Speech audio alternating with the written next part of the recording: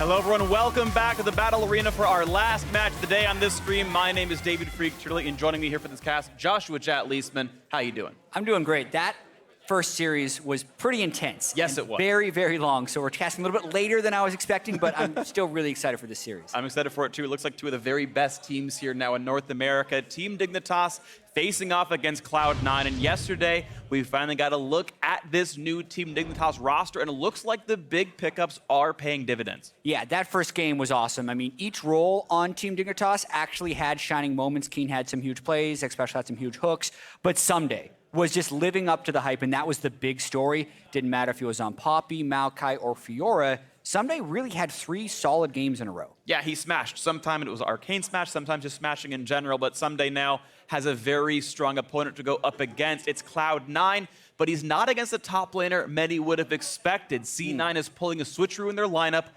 Ray is starting in place of Impact here in the top lane. Yeah, we're going to do a featured matchup because we were just waiting for like, oh, Impact versus Someday. But nope, because we knew C9 added Ray as a substitute, but we really didn't expect to see him so soon, especially against Someday. So just to give some background, Ray's more of a carry-oriented player in the top lane. So look to see Fiora more highly contested between these two teams.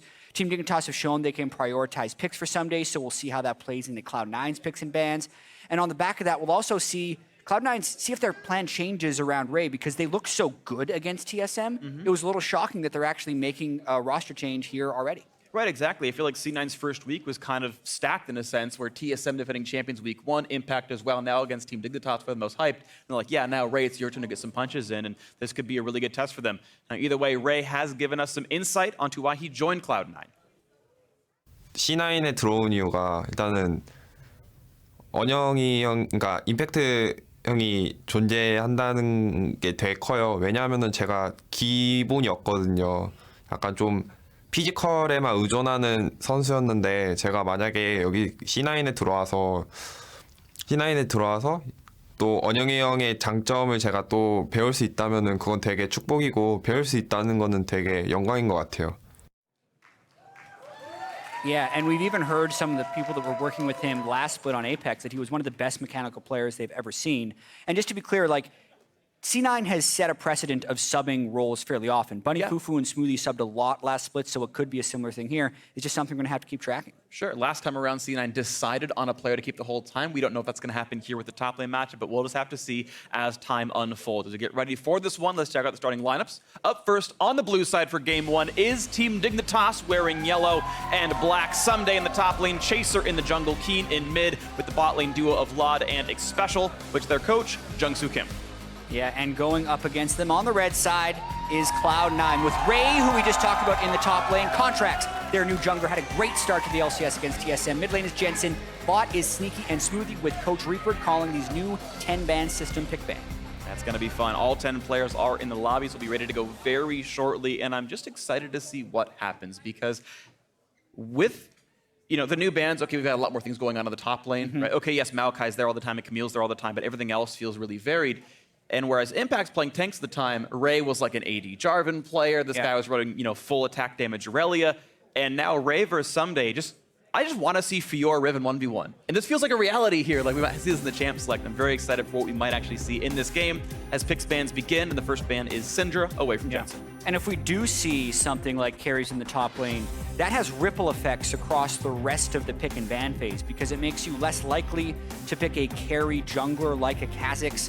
The mage supports we're seeing might be a little bit less likely because there's been such an emphasis on team fighting so far in this season that you need that front line in the majority of team compositions unless you really want to rely on a high execution, low tank team composition that wins via split pushing. So we just have to wait and see whether or not they can build out the right compositions. Yeah, those comps are always very hard to run, and so we'll see either you run a tank support, a tank jungler, a tank top laner. Fiora actually respect banned away by Team Dignitas. This is a champion that Phoenix 1 did not allow Someday to get, and Dignitas says, you know what, let's not let Ray get it. As C9 goes through the very standard red side bans, LeBlanc, Rengar, and maybe the Camille at the end. Yeah, the Camille will almost certainly be banned by Cloud9 unless Someday doesn't want to play the most OP top lane champion, which I feel like is highly unlikely.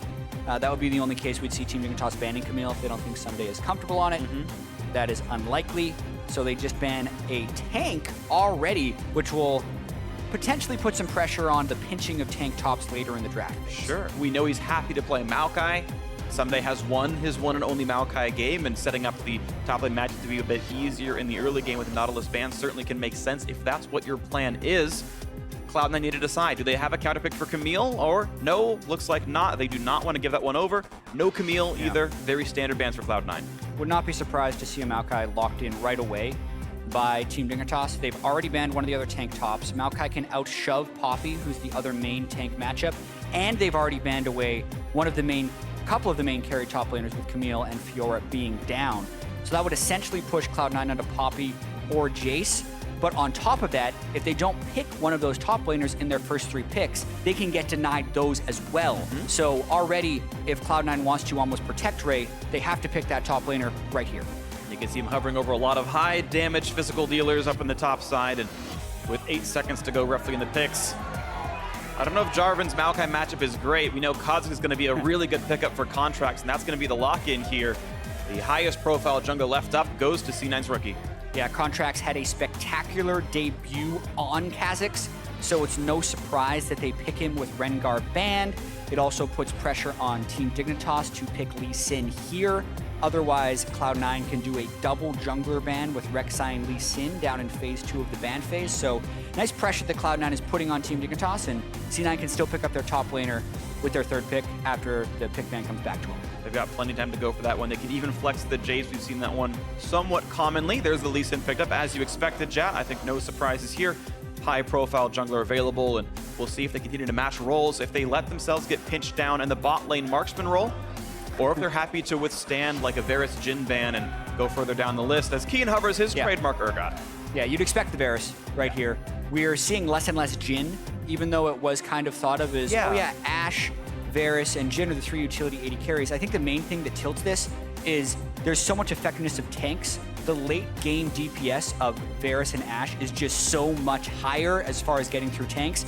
And if you play a Jhin, it's basically like playing a mage in the bottom lane. Right. You're not having that late game tank killing ability. So very important that Team Dignitas locks in the Varus before Cloud9 has a chance to ban it. And I like this at the end of the phase. Cloud9 will let themselves desync on top laners, but they're going to look like they want to grab in the Zyra and then ban away some of her counters. I believe that Zyra is locked in the run of bans now.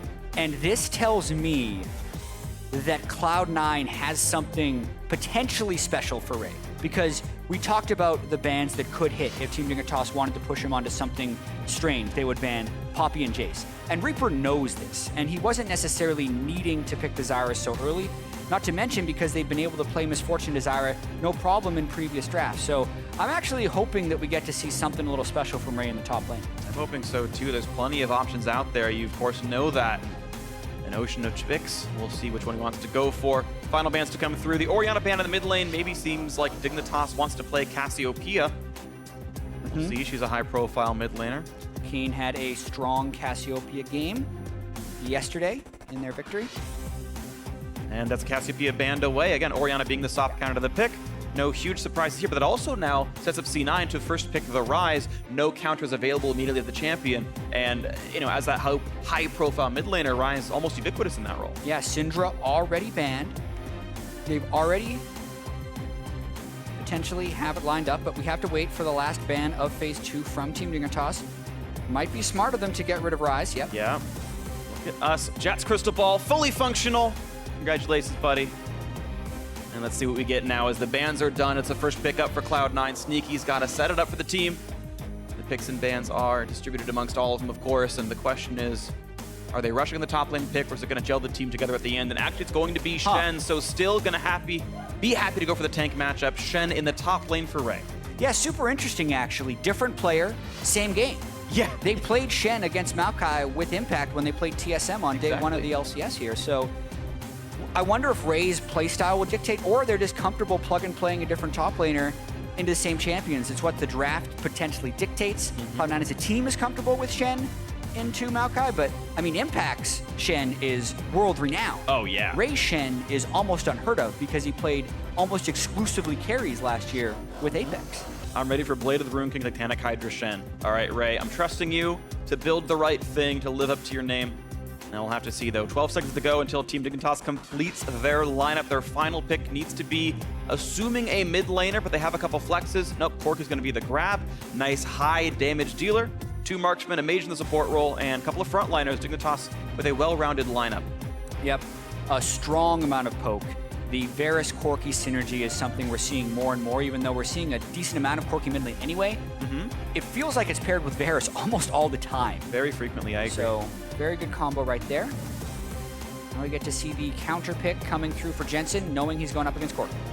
And that's going to be Echo in the mid lane again. We've seen a lot of this champion show up over time, but a dynamic assassin to play in the mid lane, always going to be fun to watch. And I feel like that would feel pretty good to play against Corki. And now we got to see as the time ticks down.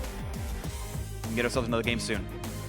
Yeah, this is pretty exciting draft phase right here for C9. They were 4 years ago the first team to do the Ashe Zyra bottom lane back with Sneaky and Lemon Nation during their dominant NA split in 2013. Still going at it. Nice that they were able to lock those things in pretty early on in the draft. And not so much seems to change philosophically for Cloud9 in the draft phase, even with a different top laner in there. So I'm looking forward to see Ray in a tank v tank matchup against someone as powerful as Someday. Exactly. It's really going to be a huge test. We saw that Someday did very well up against Zig, and now you've got someone who's probably got a little bit more respect behind the name, with Ray being his lane opponent. Cloud9 thought he was good enough to pick up onto the roster, good enough to start against what might be their hardest opponent all split long. Team Dignitas have shaped up to be a pretty solid squad. Yeah, against the player who may be the best top laner in all of the LCS. But of course, it's a 3-game series that could just be part of Cloud9's strategy to put in impact the next game. Hard for us to know, but I'm excited for these 2 team compositions. Potentially doing a lot of team fighting with a little bit more global from Cloud9. Absolutely, and I'm always excited about 2 highly dynamic junglers as well. Chaser and Contracts on the Lee Sin and Kha'Zix respectively. Junglers are very important here in 2017, and we're ready to get into game 1 of our match. Team Dignitas and Cloud9 both so far undefeated in matches, 1-0 to start the week. Only one of them can go 2-0, and we're gonna figure it out right now as game 1 begins. Team Dignitas taking off Cloud9. Yeah, I'm thinking right now, we are yet to have a 2-0 team in the North American LCS to start, right? It seems like a lot of teams were splitting 1-1. I know we're going to have at least one of them, but yeah, Liquid can 2-0 guaranteed. Yep. if they beat FlyQuest. We know Phoenix 1 ends 1-1. C9 or Dignitas will for sure, because one of them has to win. TSM 1-1, lots of other teams in the same boat. Yeah. And we will see. Santa level 1 comes through. Team Dignitas runs through the jungle, doesn't spot much, and doesn't even leave wards behind them, so no breadcrumbs for the gingerbread men to pick up. Sneaky gonna get hit up by Special, hits W, hits the auto attack, and earns a little bit of gold. Sneaky gets 10 for the hit back, and makes it close. Yeah, we're gonna have to track this lane a little bit. Most of the Malzahar we've seen in the LCS has been after Zyra is banned, so even though Malzahar has been a really strong support early on thanks to the Voidling spam and his passive blocking the first CC spell, it's much easier for Zyra to get rid of the passive for Malzahar and then also kind of win all in. So it's definitely a favorable matchup for C9 down here, and I'm curious how Xpecial and Loud are going to deal with it. Yeah, it's one that C9 obviously wanted to play, but Team Dignitas did not feel too afraid to play into. We know that Laud and Xpecial were pretty good players overall and decent laners. We'll see if they can do well against Sneaky and Smoothie, which on the C9 side was one of the better power rank bot lanes coming in. You had the Mark Zimmerman power rankings of AD carries, and Sneaky was, I forget if he was number 1 or 2, but he was certainly high up there. Yeah, he was in the top tier, and he was giving the caveat that Sneaky has always excelled in metas where stuff like Ashe and Varus is big. Sneaky has been a great Ashe for 4+ years. Right. So not only can he play the lane quite well, his map play with the Ashe era was very, very impressive. And I've even seen him play things like the Ziggs and solo queue right now. We haven't seen a lot of that in North America just yet, but it's a champion we've seen in the bot lane catch some level of popularity competitively. Sneaky always a player quick to pick up new champions, and that could suit him as well. Right now, though, of course, a very close game. Cloud9 having the early push lead down to the bottom side. Quick auto from Smoothie, pops off Xpecial's passive, and they continue to look for a little bit of poke. Yeah, so shoved up as we expected. Also, Contracts Skipped Raptors and Krugs as expected to run down and get river control. Going to be looking for that Scuttle Crab. Has to be a little careful, because sometimes Lee Sin can also short his route to reach the Scuttle Crab right here, but Kha'Zix's quite confident in his ability to duel early on in the game. And we'll see how it plays out. So as the early game is a little bit slow, we actually got to catch up with Zyrene as he gives us the pick fan report from this game. Yeah, that was nice because so many times. Thank you very much, Freak. Yeah, just moments ago, I caught up with Reaper and asked him why Ray was playing in this game instead of Impact.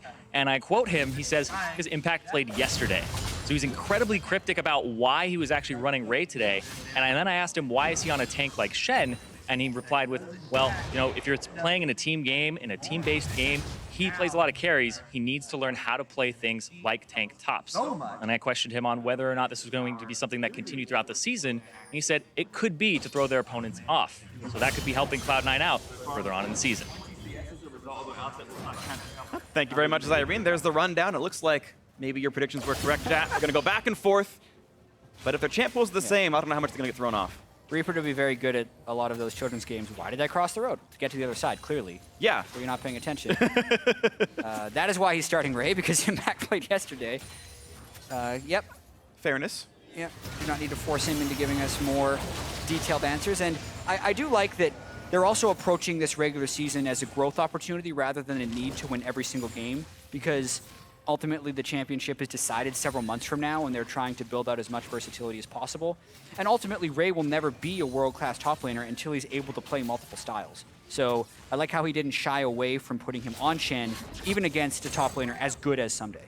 Absolutely agree. We're going to see a fight in the mid lane. Nearly gets the stun. Nice juke away from Keen and walks sideways enough to not get hit by the backside of the Echo Q as well. So seeing the mid lane play out, it's a small farm lead for Keen.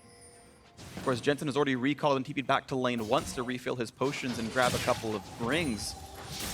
And Keen will eventually have to match that recall. Jensen with a small item lead, not getting all that much done. Just pushing up the wave as best he can, getting him under turret. Both junglers level 4, still waiting to find their first moves into the game. And we'll see when those first ganks do come through. Someday has now got his first teleport back to get the top lane. Oh, sorry, his first recall. He'll teleport back in a second. Double Thorn's Ring, though. More damage, more mana means he can shove the wave quite a bit better and try to force Ray under his turret. Exactly. Ray's going to have a hard time keeping up with the shove early, but there's a gank mid lane. Speaking of keeping up with stuff, yeah, the flash lands! Just weaves it in! Chaser with the first blood, immaculate. You did not expect that Q to land through the minion wave, but Jensen couldn't cheat enough through his minions. He thought if he flashed near the wave that the Q would get blocked by minion. Chaser couldn't follow up, but he can't quite get behind there. And nice gank there by Chaser. Really beautifully done. 600 gold swing in favor of Team Dignitas. 400 going to the jungler. Watch that again. Yeah, I mean, Jensen had contracts in the river, so he felt fairly confident about going for this gank, but Chaser was actually just waiting in the lane, gets the jump on him. Jensen's so quick, can't move far enough to the left. If the skill shot lands, you take it in that case. Chaser, unbelievable that didn't hit the minion wave and still hit Jensen. That is tight aiming right there, but he lands it in the end of it all. Beautifully done. Watching in the bottom lane now. By watching the games, I realized that last hitting Malzahar Voidlings does not give CS, but last hitting Zyra plants do. Probably should get changed at some point, but it inflates the value of Team Dignitas' CS down at the bottom, so even though it looks like +4, it is a bit more than that in the favor of C9. Exactly. C9 is winning this game, so in situations like this, much like jungle CS, where it's hard to quantify the value of a CS, you just have to look at the gold, and Sneaky is actually 250 gold up in this lane, which is a pretty substantial advantage. And we expected them to win this lane because of the Zyra versus Malzahar matchup, and even Ashe is slightly favorable against Xerath, so they have the advantage across two fronts. But it's quite impressive to be up by that much gold. Of course, and keep in mind, of course, C9 did not get this matchup by accident. They tried very hard during the pick ban phase. They picked bot laner first, they picked support first, then banned counters away. So C9 in the draft prioritized getting Sneaky and Smoothie ahead. So far it is paying off, but that needs to pay off more thanks to that Team Dignitas gank. Good stuff from Chaser bringing it back up to a Team Dignitas lead. We'll see how it plays out in the future. Both AD carries able to recall back and pick up BF swords, so no one really pushed that far down. Sneaky just up boots of speed as a result of the lane lead. Yeah, so That only helps when you slightly outrange your lane opponent. Also having the move speed advantage, it means you get to pick essentially all your trades. Doesn't mean they don't have to be careful, of course. When Malzahar hits level 6, it is an incredibly potent kill threat, as well as amazing gank assist. All Chaser would have to do is come up behind X-Special as he flash ults. Chaser then adds any type of damage, and that person is dead. There's no cleanse or QSS that you can build for level 6 in the lane. You can even safeguard to a Voidling or something. Like, it's really easy to get Lee Sin into this lane, and we're going to wait as, of course, Ray's ultimate is available, but Someday does not have teleport up to match. That does mean there's desynced top lane pressure available, which might slow down some of Team Dignitas' push power, maybe gank power. Keen does have the package, though. That might make up for lost time, and will kill off this control ward. Chaser spotted on the ward that Smoothie put down a little while ago, and still going to look for this gank, but they know he's there. Yeah, I mean, Contracts would be hoping for the counter gank as well. Hasn't been able to make his presence known early on in this game.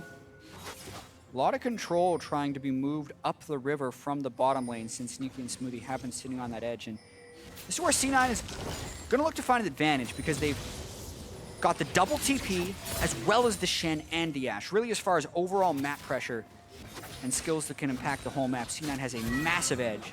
They have to make that count in this phase of the game as they're gaining access to their offense. So watch out. We know that Cloud9 were very good at using Shen in their first match when they played TSM on Friday afternoon. Now a different the same champion, but a different player. You gotta see if Ray's gonna have that same advantage. If he can make those ulti plays happen. Contracts trying to hand over blue buff. Jensen, the Q's in range. He's gonna get that one, and there's a quick blue buff in the mid laner, but you're seeing plus 12 minions here for Keen in the mid lane. Arrow forcing the flash away from Lod. Proper on both sides, I suppose, but now Chaser battling, has to kick back Contracts. Hey, damage is damage. Chaser forced out. And it diminishes the gank threat in the bottom lane as well, knowing you push the jungler out. Although now he was thinking about soloing the Mountain Drake, who takes a while to solo. Yeah, slowest to kill. But also does the least damage, so Contracts, yeah, looks like he doesn't like it. Not quite enough pressure in the bot lane yet. C9 finally get to walk in, and they've got tri-brush control. But Contracts will complete the recall, refill his health and mana. Maybe we'll see him again soon after he completes the Warrior. Exactly. I just want to give a quick shout out to Lodge for again flashing the Ashe arrow. He did one yesterday out of Fog of War and was able to flash right before it landed. So a lot of that is just Lodge always being aware of the potential threats. And we'll see if he can continue to dodge those Ashe arrows, because if you can, it makes laning against Ashe much less scary. It's true until that 5-minute cooldown desyncs with a 2-minute cooldown, and you've got Well, they just got really good at size. Yeah, they do got 180 seconds of I'm scared, please help me. And we'll see what happens here on this one, as the Ashe arrow is more than halfway back up. Maybe the repeat attempt works here for Cloud9. Maybe to get Contracts in. We'll see what happens. Still, continual pushing in the bot lane from the C9 duo. Up at the turret once again. Yeah, the gold lead in that lane has actually grown to about 370, so Sneaky, as far as the 80 carry gold matchup, keep in mind that Varus is getting credit for those Zara plant CS. The play again. Actually, Exhaust Burn. Contract slowed down in turret range. He takes a lot of damage, and if Chaser could have landed that Q in the minion, maybe gets to flash ult and pick up a kill on that. So Contract's toying with death a little bit, but at least he burns the exhaust. Yeah, I mean, it hurts a little bit that he has to recall so early because he only has 340 gold and can't buy any big items except for potentially another longsword, but he does get the exhaust at a Keen. I'd still say not a successful gank because he took so much damage. Good job of Keen to counterplay that one with the exhaust. Damage is nice, and it means that Contract is forced to recall, and it gives Chaser a bit of time to play with now. Doesn't go anywhere deep, just takes his own farm. We know the Chaser is pretty efficient at clearing his own jungle, and he needs to have pretty strong farm numbers. His actual gold advantage is 700. Keep in mind, only 400 of that was the first blood, so Chaser is out-farming Contracts in the jungle matchup. And it means that you've got a, reasonable 500 gold lead for Team Dignitas. Again, first blood being a significant portion of that, but it's been fluctuating over time. Proto Belt done for Jensen, another move block for him in the matchup. Keen moves towards the early pickup of the Hextech Gunblade. Yeah, it's very hard to keep Echo down in farm, especially once he starts building AP. He can ult back to lane, he can TP back to lane, he has strong wave clear with his Q. So, no surprise that Jensen's keeping up just fine in CS, despite dying early. We will be seeing the utility build out of Sneaky. Jury's still out for Lod. Got to figure out which one it's going to be, but it will be Essence Reaver thanks to that Coalfield Warhammer, and looks like the same. And once again, you're seeing that small gold lead pay some dividends. Actually, Lod's going to delay on that, actually go for the Hurricane components first, but still looks like he was eyeing the Essence Reaver regardless, so it will be slightly lower DPS early game for both these marksmen, but it will mean more utility on both these sides. Yeah, and I think another reason that this game is a little bit slower than the frantic pace we had in our first 2 games today is because of the Shen and the globals that C9 has. It's kind of on C9 to make the first move, because if Team Dignitas tries to force too hard, they will become victim to C9's map control. That's why C9's forcing Drake right here. See if they go for any type of steal. All right. Clean by contracts. Lot always goes for the attempt. Very, very low risk, pretty high reward if it lands. But either way, contracts lands the Q Smite, not a problem. And the Mountain Drake comes through. Cloud9 going to be much better at killing objectives as a result. And when this game does turn up, these turrets could fall. Keen will take the package with him. The first one timed out and did nothing, but you will once again see if there's an opening to be had. Of course, with Drake off the table, you can really only make a play for a turret at that point. Absolutely. Keen also opting for the Hextech Gunblade variant over the Trinity Force variant. Seen really no consensus on which one is better right there. Can he get the stun? Ooh, forcing Chaser to flash away. I believe he'd already hopped with his W earlier, so that is a Summoner spell down. Jensen making a nice move. Contracts, though, going to get jumped on here. Ults for the invisibility. TP going to join in. Go in? With a standing net, and Contracts, oh no, screws it up, walks back onto the package and takes too much damage. The kill given up unceremoniously. C9's jungler making a mistake, but Jensen maybe wants to get back in, not going to find the stun, and out they go, but Ray lost that ulti advantage.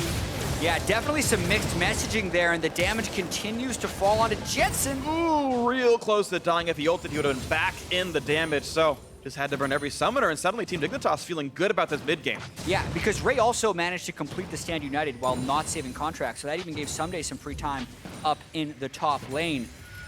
To speak to the miscommunication there a little bit, contracts would have been fine just going out, but Ray saw a play where he wanted to go in. And whenever you have a Shen Elf on you and you're not actually in fatal danger, the assumption is that, well, he really wants me to go back in. So Contract stuck around because he had the Stand United on him, but it ended up being the wrong call.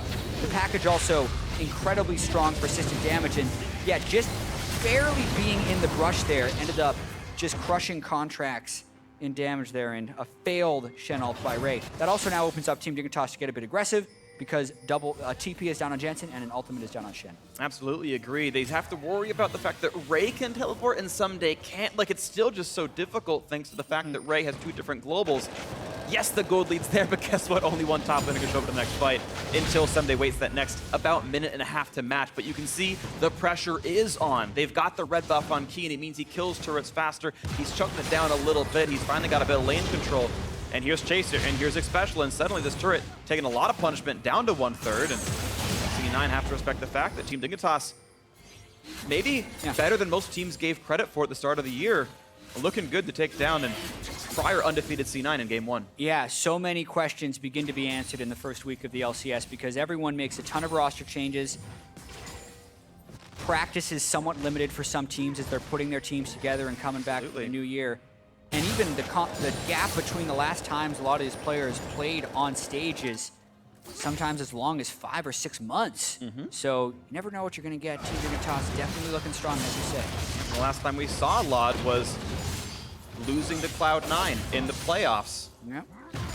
And then reference the Pantheon mid. Yeah, right. He referenced the Pantheon mid in his post-game interview, and now he's back up against Cloud9 suddenly with a new team. And honestly, the team has been singing praises. I got to run into David Slan, one of the, I think, co-owners of the team. I didn't ask him his title, I'm sorry, but was talking to me about the makeup of Team Dignitas. And one of the things he said was that Lod's attitude is actually amazing, that everyone on Team Dignitas has each other's backs, that the Koreans and the North Americans, they're all working together for a common goal, saying, hey, there's no egos, there's no one saying I'm the best in the world, everyone respect me above everyone else. They're all playing together. That the Koreans are eager to learn English. They're getting 12 hours a week of English lessons. They play the game in English. Yeah. Chaser and Someday are playing in English on stage right now is what he's saying, and that's the goal for this squad is get ready to be on the same page and play together and make this game work. Yeah, and that speaks to me as a long-term commitment, because when I heard that number, 12 hours of English lessons per week, it's like, that really hurts your ability to even play the game as much as some of the other people. But if their goal long term is to just all communicate in the same language. That's what they need to do to get there faster. And you'd expect it to have a short-term cost. But if we're doing that, and also beating Cloud9, who looked awesome on the first day of LCS, that's a pretty bright future. And you can see a bright futures here as Contract still wants in for Chaser, but Chaser able to jump out. Yeah, just that 2,000 gold lead still feeling pretty solid for Team Dignitas. Of course, still anyone's to be had, but Contract certainly not having the same game that he did against TSM, where it felt like he kind of had his way with the map. This time around, Chaser's been doing a good job, but look at this, looking for the backside push on the Keen. Red Smite used, and Valkyrie keeps him safe. Keen saves enough mana to make it out. Yeah, and to be frank, Chaser's been beating Contracts to the spot almost every time. So, and if he isn't there to beat him to the spot, his laners are being passive enough to avoid the game. Contracts struggling a little bit in that regard. I'm pretty surprised that he hasn't gone bottom lane to combo with the Ash Arrow. That's a pretty standard thing, especially when C9 has the double teleport and the Stand United, because it's just a numbers game at that point. And Team Dignitas wouldn't be able to match the numbers, so just go where the other team compositionally can't match you. Yep. For whatever reason, though, Contract's been trying other spots on the map, and C9 is got a 1,000 gold deficit. It's really worth pointing out as we, again, I'm going to tunnel in on Chaser versus Contracts. It's still that 700 gold lead individually, and that's despite the fact that you're not getting 700 from that kill and assist. He's out farming, as you mentioned before, beating him to the spot. The ganks are working better for Chaser, and it's overall just a very good game so far for that Team Dignitas jungler. So far, so good. We're going to see how much more they can get. Someday, a minor lead over Ray. Some of that being the mismatch teleports earlier on in the game, but even still, it's a map-wide decent feeling here for the gold and black. As Keen's package will time out.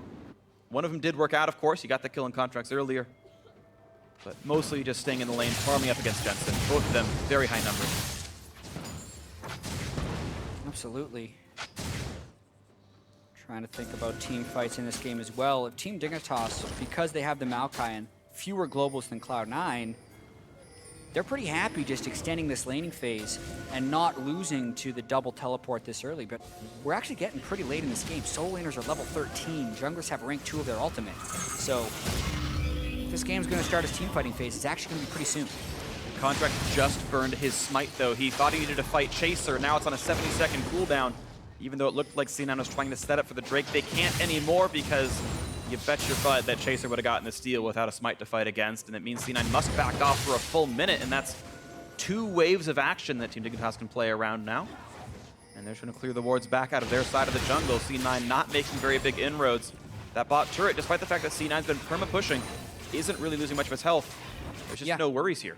And then you also look at the turrets for C9, and they're probably going to lose one right here. Both the top lane and the mid lane are below 30% health. So first turret going over to Team Dignitas. Yeah, going to help them open up the map as well. It took until the 21st minute, but the inroads are being laid right now. You can see very little pressure on that one. Ray only occasionally getting time alone with that side of the map. But yeah, there's the converse. There's what Someday's been doing, and it's a whole lot more. C9 have been slow to pull the trigger if Contracts hasn't been able to be the one to open it up because of how well Chaser's playing. And there haven't been aggressive moves yet for Cloud9. Team Dignitas looking for a bit more to do. Chaser coming around the wings. Trying to burst it down. Looking for the smite fight. Can they make it in? Good job by Contract. Secures the second Drake in a row, but it's the only objective C9 have managed to get. And Someday actually tried to TP into that fight and then canceled. So once again, 3-minute cooldown. Ray has TP advantage. Can C9 do something with it? Yeah, and good on Contracts for just rushing that Drake and not trying to go for a fight. It's one of the many reasons Kha'Zix has kind of reemerged in the meta. When you're revolving that Q, your objective control is insanely potent. You kill it so fast. So quick rotation over there by C9. Quickly ran away because, quite honestly, Team Dignitas is a little stronger in team fights right now unless C9 can utilize their globals to manipulate a numbers advantage somewhere on the map. Now they got their second Drake, though, and that's good for the late game. And thinking about compositionally, as we zoom out on this game, C9 are running double teleport. So the 1-3-1 you feel like would look pretty good. As time goes on, I feel like Jensen should have a lead against Keen in a side lane. Just categorically, Assassin versus Marksman, I feel like should go alphabetically at that point. Yeah, they're not going to get an advantage like they would, say, with the Fiora in the top lane, where you're just kind of scaling to infinity. But imagine a world where Ray is matching with Someday, and then Jensen is in the other side lane with the 80 carry support and jungler in the mid. Who is that person that matches Jensen? And it doesn't actually exist once Jensen gets to the really assassin-like qualities of Echo. Even if Keen tried to match, there's a chance Jensen is able to solo him out. Yeah. So that's what C9 is working towards. Team Dignitas is working towards team fights where they're kind of trying to catch the 1-3-1 without losing things on other sides of the map. So plenty of strategy still to play out in the rest of this game. Look at this, Someday trying to work down to the turret. It gets taunted, pulls aggro, literally doesn't care, shrugs off the damage, takes it down, and never getting a single lick of help from his team. Someday finally finishes a solo kill on that top lane outer turret. Yeah, 2,500 gold lead. it's one of the many reasons Maokai is a popular pick. Someday also does a great job to push it in, but he just shoves faster than Shen throughout the entire game, so he did manage to punch it a few times at the end there with his huge tankiness, but most of the damage to that turret was done by minions because Someday consistently pushed it in. Jensen! And they found the play. Jensen isolated, cut down, and Contracts in a bad spot. Exhaust everything they need. There's the kill picked up, and the ulti from Smoothie not going to do anything to dissuade those 2 kills already going through. Team Dignitas 4-0 in kills. And for 100% kill participation onto Keen, as well as having the mid lane turret down. So Jensen bursted and CC'd before he could ultimate back, and C9 really pays. Let's catch how this started once again. Jensen was hoping for a bottom lane turret dive, but Team Dignitas was way ahead of the play. The bottom lane was already collapsing on the collapser, so quick 2 kills picked up there, preempting the dive. Way ahead of them there, Team Dignitas, as far as thought process goes. See, those guys were coordinated and ready to go, pulling the trigger all at the same time.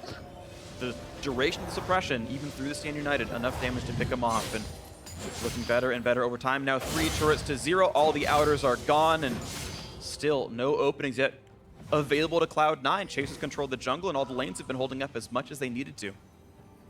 Yeah, and this could not, you couldn't really ask for much more. Yeah. For Team Dignitas right here. Complete roster upheaval in the offseason. Also, a smaller storyline. X-Special and Keen were on Ray's team last year, so there could potentially be some revenge right there. Just the fact that Cloud9 looked so good against TSM in day 1, and now that Team Dignitas is already 1-0 and starting this game 4-0. I love jumping to conclusions. I do Team too. Dignitas, best team in the world. Best No, in the world. No, really. Perfect. Yep. Done. Already too late. Yeah. That's been clipped. Clipped, that is the soundbite, but it's a promising start in this game for sure. Absolutely agree. Arrow. Ooh, quick Can't hit him. sidestep. How many Ash arrows has Laud been hit by? And he's played against Ash in a number of games. Very Yep. impressed with his movement. Now he gets an ultimate catches contract. Contracts in the turret. Uh-oh, here comes Echo. Here comes the damage output. Jensen can't quite get it, but Contract sure can, and then jumps over the wall. Turret shot's going to be enough, and he can't heal it in time. And great kills coming through. Sneaky in a bad spot. Someday to pick him down. Makes it a 2-for-2 overall. Team Dignitas feeling pretty good, sending 3 down the mid lane, looking for a bit more. Yeah, they still have both of their solo laners up. So does C9, but it doesn't have the best wave clear because Jensen is off on the side. They're going to want to get damage in. Jensen's going to want to flank. Looks for the stun, finds a bit, and Chaser running out of HP pretty rapidly, knocked into the air. Jensen flashing out, but they can't finalize the kill. It's Someday who has aggro, and his health bar is too big. Actually misses the, I think he had a minion instead of getting Ray. Could have been a little bit more damage, doesn't matter though. Just a trade of damage output. That turret does stay alive. You know harm done on the back end of that fight. We'll see if Team Dignitas can clean out some of the pink wards that are just, or the control wards that are littered across their jungle here. It'll be very valuable to clear that vision now rather than later. Watching this one more time, you can see C9 trying to make the rotation. Laud, very good sidestep. But C9 wants to keep coming. Jensen has been able to flank around the back as a minion wave arrives. Good placement of his stun. Doesn't give Laud very many places to run. Doesn't get stunned. Chaser comes in for the shield. And it was good on Contracts to jump in there. A little bit of missed synergy there as Chaser kind of kicked as the Malzahar was hitting. But a bit of an overdive at the end of the day because Team Dignitas was able to collapse and the Stand United wasn't quite up when they went for that dive, so it does end up just being a 2-for-2. Just a couple seconds away, it definitely would have saved Contracts. It might have saved Sneaky if he was able to get that spell off, but as you mentioned, was on cooldown. The 4-kill lead remains. Still at 4,500 gold lead, as well as the turret scores 3-0. C9 not a lot on the scoreboard. Ray still having a hard time winning his battle up against Someday. The damage output, despite the grasp of Undying, just really not all that high. A little bit of lane pressure thanks to Sunfire Cape, but yeah, very slowly making moves forward. Contract spotted. Laud not quite getting the snipe yet. C9 is going to have to keep trying to fish for picks with the Ash Arrow and the Echo flanks, because that's really how their team composition needs to work, is they're setting up the 1-3-1 now. That's what we talked about earlier. Jensen down in the bottom lane, Ray up in the top lane, double TP available. So much of C9's win condition revolves around getting deep wards, which is tricky now because they do have that deficit. And it means Team Dignitas is able to keep pressure in the middle of the map, which makes flanking very difficult. Stars arrow, still going to be dodged away. Maybe a bit aggressive a shot anyway. At best it hits Someday, who's rather durable, but it's a short cooldown regardless. I'm sure Sneaky will be fine waiting for another opportunity. Just sadly, those opportunities have very rarely presented themselves successfully. We still have Cloud9 on the back foot waiting for the opening. Team Dignitas, they took a very long time to close their games out yesterday. There's some early concerns about, there was the Game 2 Phoenix 1 comeback, for example, where they were leading the whole time, never said to actually go for the Baron, probably flashback to the old Team Dignitas days, and we saw it come back to the result. Maybe C9 gets to be that same beneficiary. Maybe the late game still comes through for them.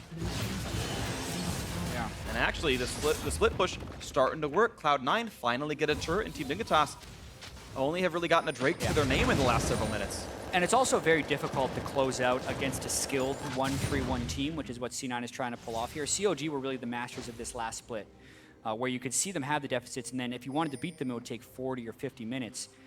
And even just watching some of the games today, Freak, 3,000 or 4,000 gold leads in the mid game don't mean much. Nope. This early in the season, teams are still working on exactly how to close the game, and there's a lot of chaos that's going on as well. So C9 by no means is out of this one. Just a slight deficit in the early game here, and there's plenty of match still to be played. Definitely a lot of more match still to be played, and we'll see how it comes through. Under 4,000 the lead, 30 minutes in. Team Dignitas still the team with vision control as they look through the side. Speaker for C9, but Team Dignitas slowly creeping wards inside of that northern Cloud9 jungle. Jensen perennially split pushing. Ocean Drake helping to keep his mana full at all times. He didn't go Morellonomicon, so the pool not quite as high. You can see Keen kind of has to be late to the party to absorb farm, but level 17 means he's nice and durable. Yeah. And he does have magic with his glyphs, so he's not the squishiest of the champions. Can survive Jensen in a lot of these fights. We'll see as it pushes forward. See Lod risk averse, picked up hooks over Sash. He understands how incredibly scary an Ash Arrow could be, and when you got a gold lead, you have the luxury of buying a bit more defensively. Sneaky actually rushes for more damage output. What a reminder, of course, the right choice against a Maokai. We saw how much Someday can heal on that champion yesterday, practically full heal during a fight, and suddenly, Keen maybe overset it, but just kidding, it was all a bait. Contracts running out of health, kickback, picked up by Chaser. 1 for 0. Smoothie has the aggro on. Arrow also gonna miss again. Jensen wants in, gets the shield, but does he have the kill? That answer is probably no. Pops the Zonia's. He can still ult, they have to be careful. He can ult, and he catches on to Keen, but can't quite get the damage. He eat outwards. Still 1 for 0 advantage Team Dignitas, but they will have to back out. Yeah, and that's exactly the type of game we're probably going to be seeing here. Little skirmishes that evolve into big team fights, because C9 is not willing to group up against the Malzahar, Varus, Corki, Maokai, just massive team fighting. Contracts, just not his game today. He falls once again, and Jensen can't quite pick up a kill on the backside, but at the end of it, C9 still pushing the bottom lane, Jensen still pushing up the top lane, Chaser going for another skirmish. You're gonna see that battle go through. Jensen does have the 2-level lead, but Guardian Angel makes Chaser a little bit unafraid. Yes, he does. Gonna jump in. Can't quite get the slow from Gunblade. If Jensen didn't flash that second, he would have been slowed and killed off. So very tight timing there. Keen made the right choice. Jensen looking for the sick play. Ooh, blue trinket. Keen saved his life with that trinket usage there. He wouldn't have seen it coming otherwise. For sure. So getting a little spicy. Yeah. Let's see this one more time. King going for it. Jensen can't quite get the stun. That probably would have been fatal if it was landing. Especially Chaser and Laud all come up to assist here. Contract just gets Kane CC, but then the fight continues. Shen didn't make it into the fight because Contracts died before the ultimate could complete. Jensen here, Zhonya's with the sole intention of ulting backwards. Xpecial doesn't quite time the silence for the moment the Zhonya's expires, so he's able to press his ultimate. Nearly gets the kill, but Team Dignitas gets the 1 for 0. And they did, and that means they remain in control. But this lead actually, smaller than you might expect from that kill score and that turret score. It's only this 3,500 difference that is very surmountable from the Cloud9 side, especially with how some of this comp can work. Jensen just needs that one good opening, and he can get the outplay. Keen Valkyring away. Those cooldowns are almost the same, so you can do that every single time. Quick kill on the Voidlings. Nick Special gets +1 CS. Chaser does hit that on the contract. Doesn't want to go for the play. It's a bit too risky, but he can still phase check in, get the ward down. The sweeper says, don't you do that. Yeah, and Baron's becoming a very real possibility for both of these teams. All it takes is a couple picks. Both teams have a Mountain Drake, so it falls much faster. And the death timers are also incredibly long. I mean, we have multiple people at level 18 in this game with Jensen and Keen already hitting that, and Ray and Someday extremely close. So we're kind of in the late game, even though it felt like the mid game was almost glossed over with the low amount of kills. But look at that, Team Dignitas inroads in the mid lane. They knocked that one down. 4-1 in turrets. Finally, Jensen does get the split push, but this is a well-played 1-3-1. We'll trade a turret for your turret. And yeah, mid lane 2-2's worth more, granted. That's still probably a good trade for Team Dignitas, but C9 getting the best they can from their deficit, keeping it close. Yeah, and one thing I like about kind of 1-3-1 team compositions versus grouping team fighting compositions is how the game just naturally becomes more dangerous as they make more trades. Because there's more open space for conflict to happen, and if you do get caught in a spot, it is so much further to run until you can find safety. So this game's still progressing towards some aggression. You would hope. It's incredibly slow when you compare it to, say, the COG Envy game, where I believe there were 67 kills in 40 minutes. Yeah. This one's still, though, a much more strategic affair. Yeah, definitely very tactical, very strategical, making that a word this time around. Cloud9 says, okay, you took the Drake. Immediately let's send our power forces down to this top river and clear the vision away. Scuttle picked up, wards killed off, and now Team Dignitas will have to work through all that vision. Once again, all the Baron hard work removed because they cashed in to take the Ocean Drake. And we'll see if they can work through that yet again. Gold lead 2,500 is actually dwindling over time. C9 actually just capturing a bit more of the farm and slowly but surely catching up in the gold. This lead practically means nothing. Keen always has to be kind of late to catch the farm. Jensen's always the first one to push, and he does not decide to go for that play. He didn't have the ward coverage to fight Keen safely. Yeah, if he would have gone in, it probably would have been his demise because Chaser and Expesh were on that side of the map. Also got to point out the double Guardian Angel being completed by Someday and Chaser, further solidifying some of their team fight prowess right there. Yeah. Just making the front line incredibly hard to cut through, with the main sustained damage just being an Ashe that is yet to complete an Infinity Edge. It is in Cloud9's best interest to stretch the split push out as much as possible until Sneaky could get that ability to cut through the tanks, which would mean Infinity Edge completed, and then maybe even a lifesteal item on top of that. Yep, absolutely. And he's gonna go... My hope is Ruin King. I think it's an underrated item still, and it's the best lifesteal / tank killing item that marksman can buy. We saw Stixxay try to do that and only won the game playing a high damage Ashe, and I think it's the right build for him. We'll see if he goes for it. Laud, we'll see if he goes 2 defensive items or just the 1. QSS is required here just because of the threat of the Ashe Arrow, which Team Dignitas has done a great job of avoiding. Absolutely. To be completely honest. This 1-3-1 flanking team with Globals and Ashe Arrows has only netted C9 2 kills in 36 minutes. And that was in a trade 2 for 2, so it wasn't even like it was just obvious advantage gained. Yep. Shen has been unable to find himself into fights. Ray 0-0-0. Someday, meanwhile, has managed to get into 1 himself. Infinitely better KDA there. Ray trying to split into the bottom lane. How much can he really gain? Ray, by the way, has gone for a locket to further the team-wide defenses. Of course, it's a lot of MR as well, so it's actually a pretty good item up against Maokai. Maybe could have been slightly riskier against a Poppy or, you know, a Fiora or something like this, but in this context, he'll be fine.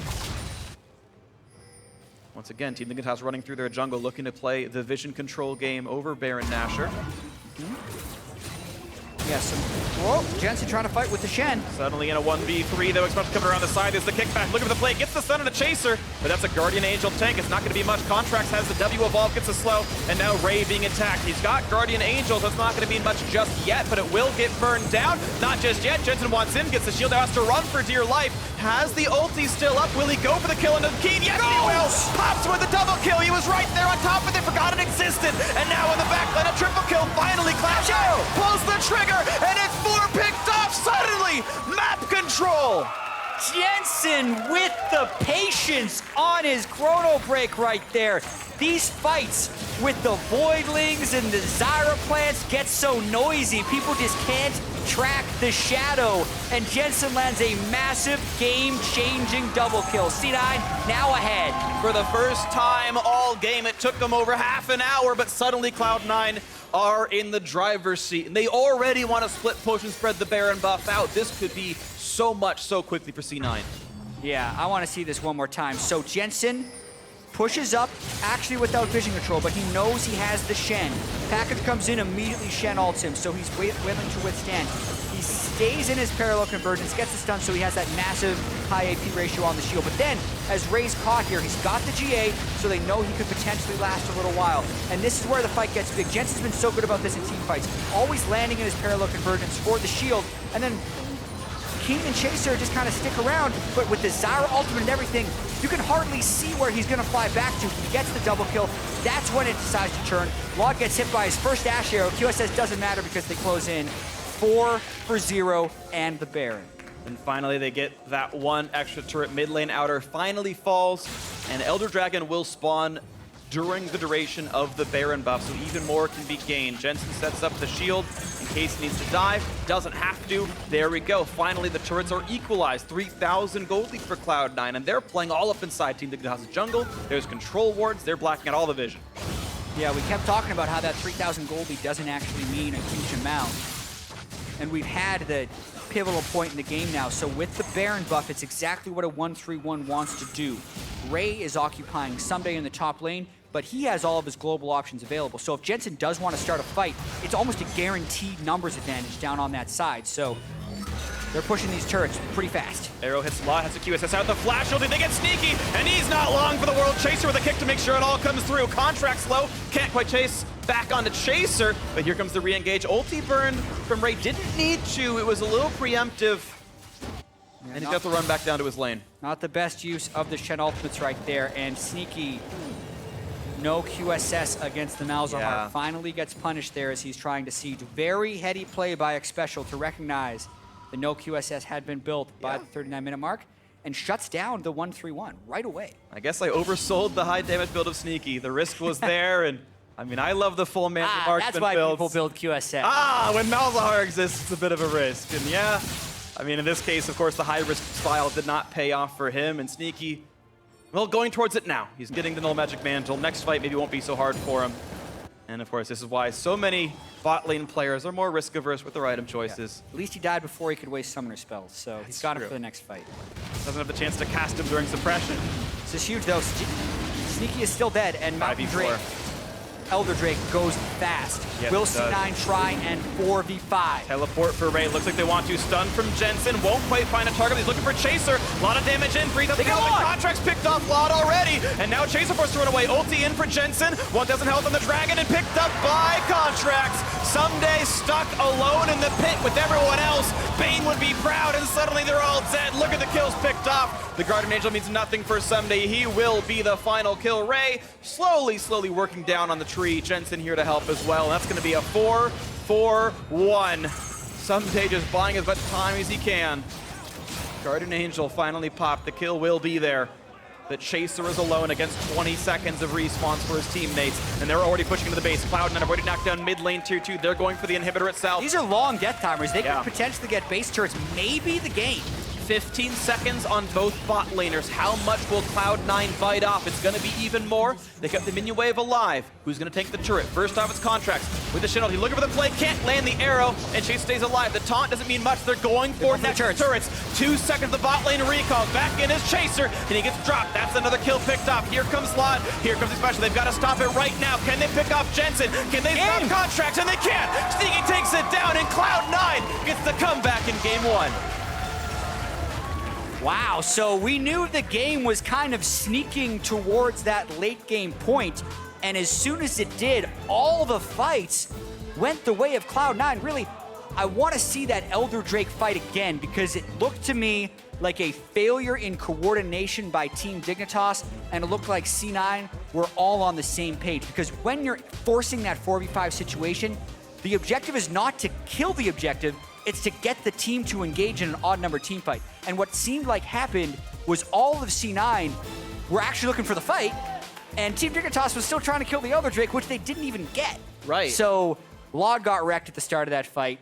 Contracts and Jensen with a huge game. Contracts a poor start, but came up big in the end with that steal on the Elder Drake as well as the big fight. And even though it looked slow and it looked like they were behind the whole time, it ends up with a victory 41.5 minutes in. It did work out in the end. I got to give huge props to Jensen for his split push and being super good. He was definitely pivotal in that team fight, all the damage he got in there. And I know we do have a replay of that fight, of the Baron as well. We've got, I think, several replays to look at. They're going to be juicy.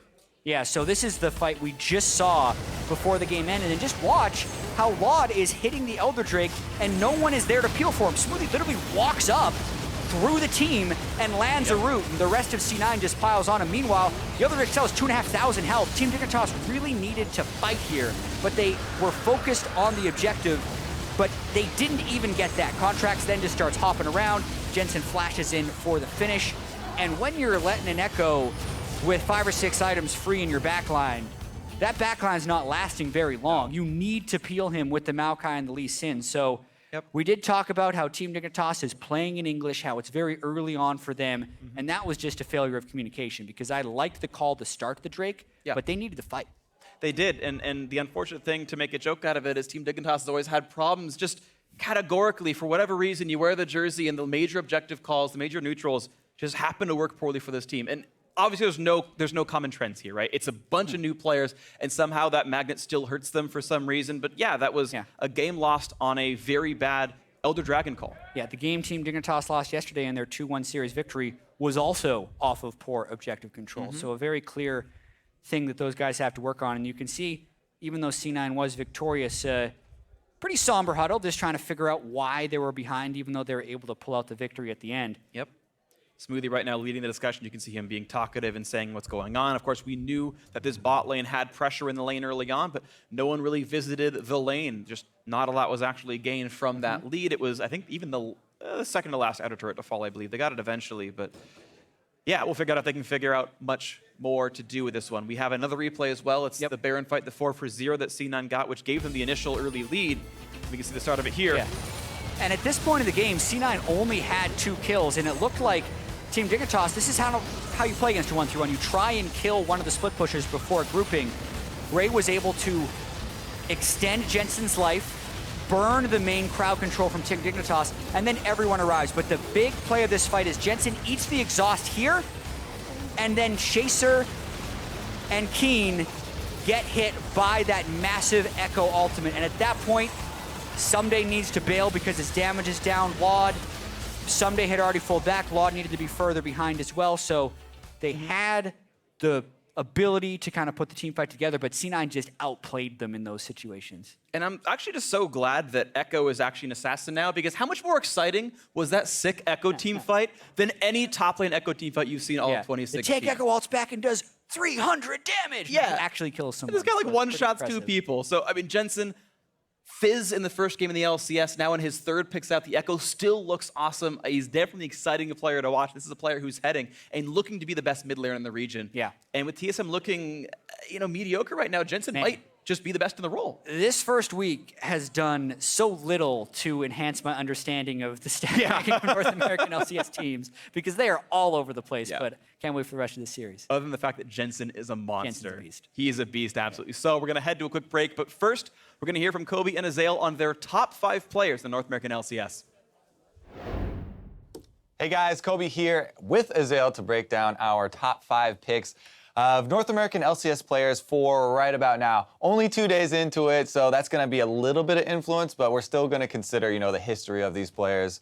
But for instance, maybe Bjergsen has a long-standing history of being a great player, so even though he had a bad performance yesterday, still finds himself on both of our lists. Yeah, exactly. You have to look at the long-term performance of these players as well as what is most recent. And if there has been basically like a recent history, like kind of a pattern of them playing worse, then that's something that you might want to consider more than just say Bjergsen underperforming one series yesterday. Okay, well, let's look eerily similar, actually. That's a I would tragedy. like to state for the record, my list was submitted first. So hopefully there would be more diversification. There are a lot of players that we would like to fit on, maybe in the bottom jumbo. I feel like Someday and Bjergsen are kind of established here. Those are definitely top 2. Maybe you can make an argument for bumping one of them down to number 3, but beyond that, I mean, someday here, it's just absolutely carried Dignitas. Yeah, and I mean, he's one of the best top laners in the world. Yesterday, he was incredible. This team fight, one of the big ones that brought them back into that game. He's able to carry this Baron team fight. Really, he looked incredible on tanks. He looked incredible on Fiora. He was getting banned out on Fiora the last 2 games, and when he finally did get it, he took over. And it feels like this guy can really do it all. Exactly. I mean, he had that good Fiora game. He's split pushing. He was great in team fights. He really did, carry his team, and that's something to be said, right? When they're struggling in other areas, he is still a pillar for the squad. Now, Bjergsen, you actually still had him on number 1, even after being beat yesterday pretty handily by Cloud9 and Jensen. I mean, he got smacked around, but it's one game. They have a new team. He actually had some of, if not the best stats for mid laners at Worlds, so he's smashing international competition. And he has just been such a pillar for so long that, to me, someday would have to perform for a significant length of time before he could dethrone Bjergsen. Bjergsen is just the best for me. And, speaking of mid laners, though, another guy, Jensen, who really, his stock has been rising for me. I think this is a guy who really clearly is in the top 5 now. He played incredible yesterday, had something like a 28 KDA in his first series, pretty ridiculous. And it feels like everything is coming together for Cloud9. He has the right pieces around him to really succeed, and it feels like he's very happy to play with contracts. Yeah, the only reason I didn't, bump him even further up and get him over Bjergsen, even though they did just beat him, and recency may say, oh yeah, he's looking extremely good this year. I still am a little bit worried. In the past, he has been able to tilt, definitely ups and downs for him. So the consistency, really, if that is there, and if he can step up in that shot calling role, then I think that he is really on a very steep upward trajectory. Certainly, and another guy on Cloud9 that has been very consistent, has been crushing for a while now is Impact. Impact really has been steadfast in the top lane. Obviously, the top die last year in playoffs when he came out there, he has been known as one of the best top laners in the world ever since then. And not only is he, he had all that top die and he was getting a bunch of solo kills, he was split pushing a whole bunch and carrying really well. Yesterday, he really showed off one of the most important things for players this season to me, and that is champion diversity. In their first game versus TSM, they save Impact's pick past the second ban phase, which is pretty risky considering TSM already had a top laner locked in, so they could then also throw 2 more bans towards that top lane. Yet Impact doesn't care. Even though he's versus Maokai, the undisputed, number 1 tank there for the top side, doesn't care, picks up Shen, and is instrumental in Cloud9's win. So like that flexibility for him, I think, is one of the big things as well. I agree, it's huge. He's on 6 champions, still outperformed his opponents. But now let's get to kind of where we did have a little bit of diversity here in the list. And Afromove for me has been a guy who I just feel a list is almost incomplete without him on it. CLG has been doing so well for so long, and except yesterday. This guy to me has really been the one who kind of is the linchpin for that. He holds them all together. He is a leader. He is an incredible player, and I think that he does deserve the mention. Yeah, I definitely agree. I'm a huge Afro fan, but I didn't put anybody on my list for shot calling abilities. Plus, I am putting a little bit more weight in recency in the first 2 days of the 2017 season to affect my list. So it did bump them down because they definitely struggled yesterday. Yeah. Meanwhile, Lorlo, talk about recency, and this is going to be very controversial to put him this high up, in all players in NALCS, but he has been killing it recently. IEM as well. He's getting a bunch of solo kills. This guy, you talk about flexibility. He's also been able to adapt to playing a bunch of takes as well as carries from the top lane. Plus, he's a North American resident. To me, that is incredibly important here in the NALCS because you don't take up import slots and lets you, fill your team with, Koreans, basically. Exactly, and one of those Koreans, Rainover, now going to be playing with him. It'll be interesting to see how they develop as a squad. But we have to mention no ADs on either our list, no junglers on either our list, and there are a lot of guys who I think were right there, but either didn't have the consistency yet or were on a bit of a downward trend. Like Rainover for me, underperformed in playoffs last year. Didn't look that good at All-Stars. Yes, it is a fun event, and didn't look that good yesterday, and that kind of bumped him off. And Rainover does a lot for the team, right? Especially they talk about shot calling. They talk about, the mentality of your entire squad and how he changes your whole team. But yeah, I docked him some points because yesterday, a lot of fumbles there on the Kazakhs, and he actually did have some invades where he was chased out and cost his team. So that's why Reignover's not on. Honestly, a bunch of junglers I wanted to put in, and I was switching out my last couple spots. Contracts obviously had a great day. Svenskeren is still really good. People, even though TSM lost, Svenskeren's still super good, as well as Dardoch. And even Acadian. You got to mention so many of these other junglers that are right around that level too. Certainly, and I mean, Laud, he looked amazing yesterday. Arrow has showed carries. some great performances, so those guys could make the list. But we want to hear what your list is, guys. So share your top 5 players by tweeting at LOL Esports using the hashtag NALCS. And that's it for us. Hope you enjoy this NALCS content.